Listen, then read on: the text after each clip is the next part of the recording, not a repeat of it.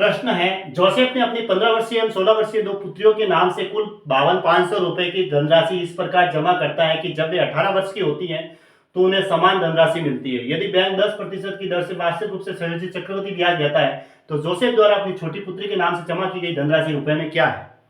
अब देखो, जोसेफ ने दो पुत्रियों के नाम धनराशि जमा की है। टोटल धनराशि है वो 52,500 रुपए है। एक पुत्री का नाम मैं ए दे देता हूं, दूसरी पुत्री का नाम मैं बी दे देता हूं। ठीक है, एक है वो ये 15 वर्ष की है ये, और ये कितने की है? 16 वर्ष की है। इन दोनों के नाम पे धन जमा किया है। ए का धन मैंने ए दे दिया और बी का धन भी बी दे दिया। ठीक है, और इसकी उम्र 15 वर्ष है और इसकी उम्र 16 वर्ष है। टोटल 52,500 रुपए है। जब ये 18 वर्ष की होती है, यानी ये भी 18 साल की होती है और ये भी 18 साल की होती है, तो उन्हें समान धनराशि मिलती है। समान धनराशि मिलती है इसका मतलब क्या हुआ? यानी मिश्र धन बराबर हुआ। यदि बैंक 10% की दर से वार्षिक रूप से संयोजित चक्रवृद्धि ब्याज देता है तो जोसेफ द्वारा अपनी छोटी पुत्री के नाम से जमा की गई धनराशि रुपए में क्या थी?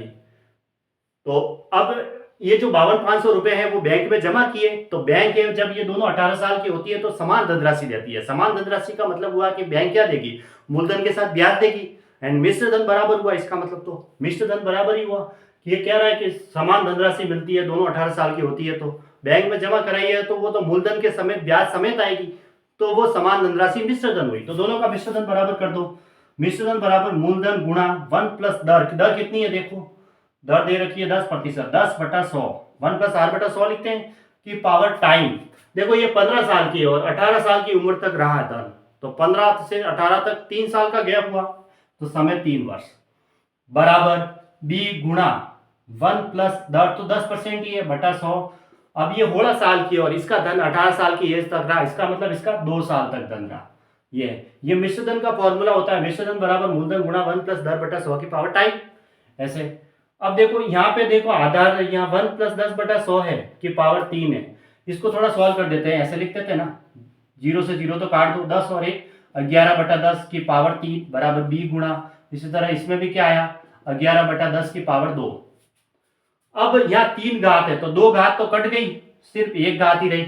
2 घात तो ये नीचे कट गई क्योंकि ये दोनों का आधार तो समान है, दोनों का आधार समान है, तो फिर 2 घात कैंसिल हुई। यहाँ 3 घात है तो यहाँ 1 घात रही, 1 गुणा 11/10 रहा बराबर, इधर कुछ नहीं है तो सिर्फ बी रहा। अब इस 10 को उधर भेज दो तो 11a बराबर 10b आया।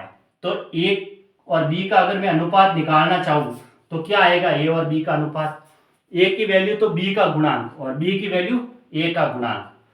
अब इन दोनों का योग, धन का जो योग है वो तो दे रखा है, कितना है? 21 की वैल्यू दे रखी है 52,500 रुपए।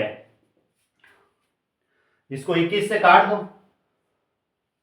21 दूना 42, 21 5 105 जीरो, यानी कि एक की वैल्यू 2500 रुपए के बराबर हुई, एक की वैल्यू।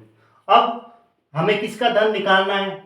छोटी पुत्री के नाम से जमा की गई धनराशि निकालनी है। छोटी पुत्री कौन सी है? 15 साल वाली छोटी होती है, यानी एक की वैल्यू निकालनी है। तो 10 की वैल्यू चाहिए, एक की वैल्यू 2500 के बराबर है, तो 10 की वैल्यू 25,000 रुपए के बराबर हुई। 10 से गुणा किया तो 25,000 रुपए इसका आंसर आया, यानी ऑप्शन ए राइट है, 25,000 रुपए।